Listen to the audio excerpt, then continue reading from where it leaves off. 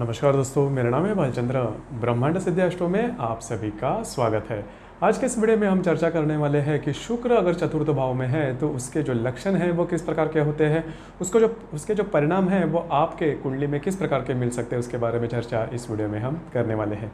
इसके पहले जो वीडियो है, 3 वीडियो, इसमें हमने शुक्र प्रथम, द्वितीय या फिर तृतीय स्थान में हो तो उसके परिणाम किस प्रकार के मिल सकते हैं, इसके संदर्भ में वीडियो अपलोड हो रहे हैं, आप उसका आनंद जरूर लीजिए। आज के इस वीडियो में हम चर्चा करेंगे कि यदि शुक्र चतुर्थ भाव में है तो उसके जो परिणाम है वो किस प्रकार से मिलेंगे। तो पहले तो आपको ये जानना होगा कि चतुर्थ भाव होता कहाँ पर है और किस तरह से चतुर्थ भाव गिना जाता है।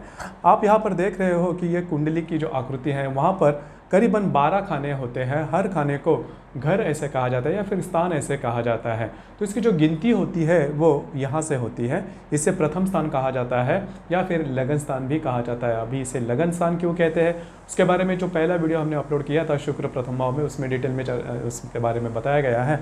तो यहाँ से गिनती होती है। यह प्रथम स्थान होता है, प्रथम, द्वितीय, तृतीय और ये चतुर्थ। तो आज के इस वीडियो में चतुर्थ भाव में अगर शुक्र है तो उसके जो परिणाम है वो किस प्रकार के मिलते हैं उसके बारे में चर्चा करेंगे। हालांकि चतुर्थ भाव में किसी भी प्रकार के जो शुभ ग्रह होते हैं वो बहुत ही शुभ फलदायी होते हैं। तो शुक्र किस प्रकार से शुभ फलदायी होगा उसके बारे में चर्चा करेंगे। हालांकि शुक्र के लिए 12 जो खाने हैं, मतलब कुंडली के जो 12 खाने हैं, उसमें सबसे ज़्यादा महत्वपूर्ण और सबसे ज़्यादा भाग्यवर्धक ऐसा यह स्थान है, शुभ वर्धक ऐसा यह स्थान है। शुक्र आपके चतुर्थ भाव में होना उत्तम लक्षण माना गया है। शुक्र का ये अत्यंत पोषक भाव या फिर स्थान है।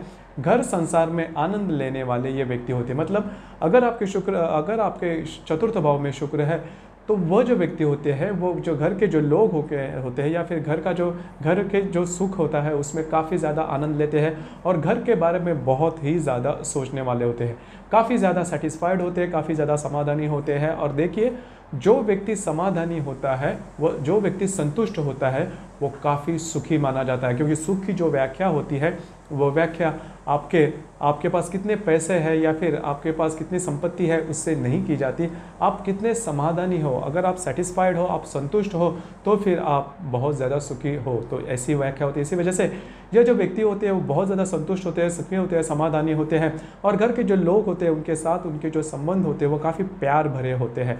मतलब हर किसी के साथ उनके जो अटैचमेंट होती है वो काफ़ी अच्छी होती है। इसकी वजह भी यही होती है कि इनका जो अंतःकरण होता है वो प्यार से भरा हुआ होता है। प्यार बांटना और प्यार से ही दूसरों को देखना, खास करके घर के लोगों को, ये इनमें होता है। इसी वजह से उनके जो घर वालों के जो संबंध होते हैं वो काफ़ी अच्छे होते हैं। शुद्ध और निर्मल भाव होता है। किसी भी व्यक्ति के प्रति इनके मन में कभी भी ऐसा दुर्व्यवहार के जो स्वभाव होता है या फिर जो भाव होता है वो कभी नहीं होता। करीबन घर के हर जो लोग होते हैं, हर व्यक्ति होते हैं, उनके साथ उनका जो बर्ताव होता है वो काफ़ी अच्छा होता है। शुद्ध अंतःकरण होता है, निर्मल अंतःकरण होता है।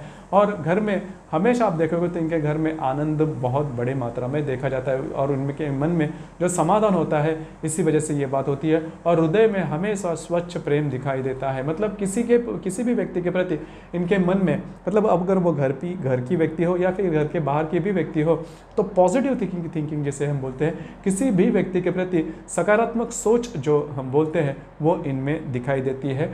कभी भी कड़वाहट ये मन में नहीं लेते। देखिए, जब भी आपका जो मन है वो निर्मल होगा, वो स्वच्छ होगा, अपने मन में प्रेम होगा, कड़वाहट बिल्कुल भी नहीं होगी, तो भी आप बहुत ज़्यादा सुखी हो जाते हो। तो सुखी होने के लिए पैसों की ज़्यादा ज़रूरत नहीं होती। आपकी जो मूलभूत जो आकांक्षाएं हैं, आपकी मूलभूत जो नीड्स है वो अगर आप पूरी कर सकते हो, उतना भी अगर आपके पास फाइनेंस हो तो भी, और आपका जो अंतःकरण है, आपका जो मन है वो निर्मल हो, स्वच्छ हो, तो भी आप काफ़ी ज़्यादा सुखी हो जाते हो। तो यही बात अगर चतुर्थ भाव में शुक्र है तो काफ़ी ज़्यादा देखी जाती है। ये जो लोग व्यक्ति होते हैं वह काफ़ी ज़्यादा सज्जन होते हैं, सत्यवादी होते हैं।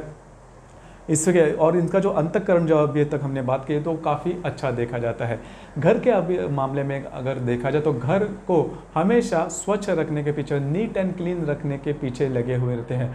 और इनका अगर घर भी देखा जाए तो आधुनिक साधन सामग्री से लबालब होता है। मतलब जो भी अधिभौतिक सुख है वो अधिभौतिक सुख की जो गुंजाइश है वो इनके घर में बहुत ज़्यादा देखी जाती है। और उसके संदर्भ में जो भी सामग्री होती है, देखिए अभी जो आधुनिक सुख साधन सामग्री है वो हर 10-15 दिन में उसकी जो व्याख्या होती है, उसकी जो डेफिनेशन होती है वो बदलती जाती है। लेकिन आज के नॉर्मली अगर देखा जाए तो उनके घर में जो आधुनिक जो साधन सामग्री होती है वो काफ़ी ज़्यादा देखी जाती है, उसमें वो इंटरेस्ट भी लेते हैं, उनको अच्छा भी लगता है। और घर के पास बाग बगीचे हो या फिर अगर वो सिटी में या फिर शहर में भी रहते हो तो इनके पास फिश टैंक होना या फिर जो छोटे पौधे वगैरह होते हैं या फिर गार्डनिंग वगैरह जिसे हम करते हैं वो उन्हें बहुत ज़्यादा भाता है। नेचर के करीब रहना इन्हें काफ़ी ज़्यादा भाता है, तो यही बात इनमें ज़्यादा देखी जाती है। उसी प्रकार अपना खुद का घर हो और खुद का बहुत अच्छा घर हो, बहुत बड़ा घर हो, ऐसी इनकी महत्वाकांक्षा होती है और वह महत्वाकांक्षा उनकी पूरी भी होती है।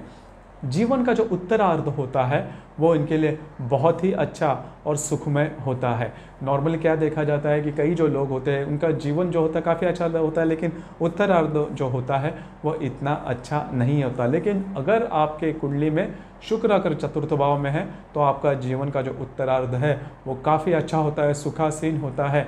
और ये जो लोग होते हैं माता के उनकी जो माँ होती है इनके बहुत ही ज़्यादा करीब होते हैं, उनको मातृ सुख काफ़ी अच्छी तरीके से होता है और एक तरह से देखा जाए तो मातृ भक्त भी होते हैं। तो माता का सुख मिलना या फिर घर का सुख मिलना, अंतःकरण में आप काफ़ी अच्छे होना, आप में प्रेम होना, दूसरे के प्रति आप में रिस्पेक्ट होना, ये जो सभी बातें हैं वो अच्छी पर्सनालिटी के लिए काफ़ी महत्वपूर्ण होती है। और ये ऐसी अच्छी पर्सनालिटी अगर आपके चतुर्थ भाव में शुक्र है तो उस कुंडली की होती है। उसी प्रकार वाहन सुख भी ने काफ़ी अच्छी तरीके से मिलता है। आजकल के ज़माने में ये जो प्रश्न है वो बहुत काफ़ी ज़्यादा पूछे जाते हैं। जैसे मैंने कहा कि द्वितीय भाव में अगर शुक्र है या फिर चतुर्थ भाव में शुक्र है तो पैसों के मामले में नॉर्मली किसी भी प्रकार की कमी नहीं पड़ती, या फिर दोनों भाव में अगर शुक्र अच्छा है तो फिर आपको वाहन सुख मिलना करीबन तय हो जाता है। खास करके शुक्र भाव चतुर्थ भाव में अकेला शुक्र हो तो भी आपको वाहन सुख काफ़ी अच्छे तरीके से मिल सकता है। उसी प्रकार इस शुक्र के साथ बाकी अगर शुक्र शुभ ग्रह हो जैसे कि चंद्र और गुरु हो तो वो भाग्यवान कहलाती है, वो जो कुंडली है वो भाग्यवान कहलाती है, या फिर उनका जो भाग्योदय है वो काफ़ी अच्छी तरीके से हो जाता है। तो ये बात बहुत ज़्यादा महत्वपूर्ण होता है। हालांकि चतुर्थ भाव में शुक्र गुरु और चंद्र का होना यह अकेला जो एस्पेक्ट है, योग है, वो आपकी जो कुंडली है उसको काफ़ी अच्छी तरीके से लिफ्ट कर देता है।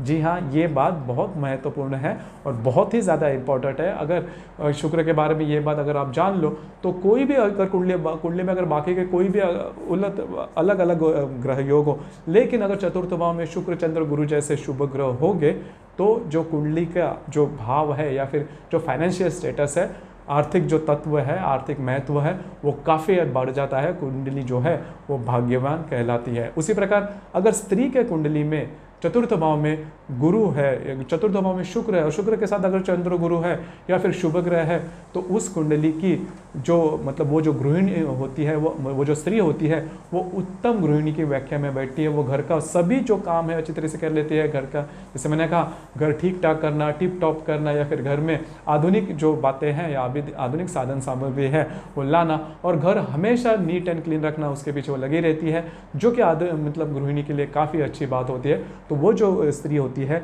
वो उत्तम गृहिणी कहलाती है। तो अगर किसी भी स्त्री के चतुर्थ भाव में शुक्र गुरु और चंद्र के जैसे शुभ ग्रह अगर चतुर्थ भाव में है तो वो शादी के बाद वो जो स्त्री है वो उत्तम गृहिणी कहलाती है, या फिर उसको जो गृह सुख है वो काफ़ी अच्छी तरीके से मिलता है। अब हम देखेंगे कि अगर चतुर्थ भाव में शुक्र के साथ अगर राहु या फिर हर्षल हो तो फिर क्या होता है कि जैसे मैंने क्या कि अगर गुरु और चंद्रमा अगर शुक्र के साथ है तो फिर दूध में शक्कर का योग जिसे हम कहते हैं वो हो सकता है। लेकिन अगर शुक्र के साथ चतुर्थ भाव में हर्षल राहु जैसे योग हो तो दूध में नमक मिलना ये बात हो सकती है। अगर दूध में नमक मिला जाए तो वो बहुत खट्टा हो जाता है, तो बेस्वाद हो जाता है। उसी प्रकार अगर वो शुक्र के साथ अगर हर्षल या फिर राहु हो तो ये जो पूरे मैंने बातें बताई उस पर पूरी तरह से पानी फेर सकता है। तो आप भी आपके कुंडली में देखना कि आपके चतुर्थ भाव में शुक्र है, शुक्र के साथ अगर और बाकी ग्रह है तो उसके परिणाम क्या होंगे, ज़रूर इसी जो मैंने परिणाम गिनवाए उसके आजू बाजू ज़रूर होंगे।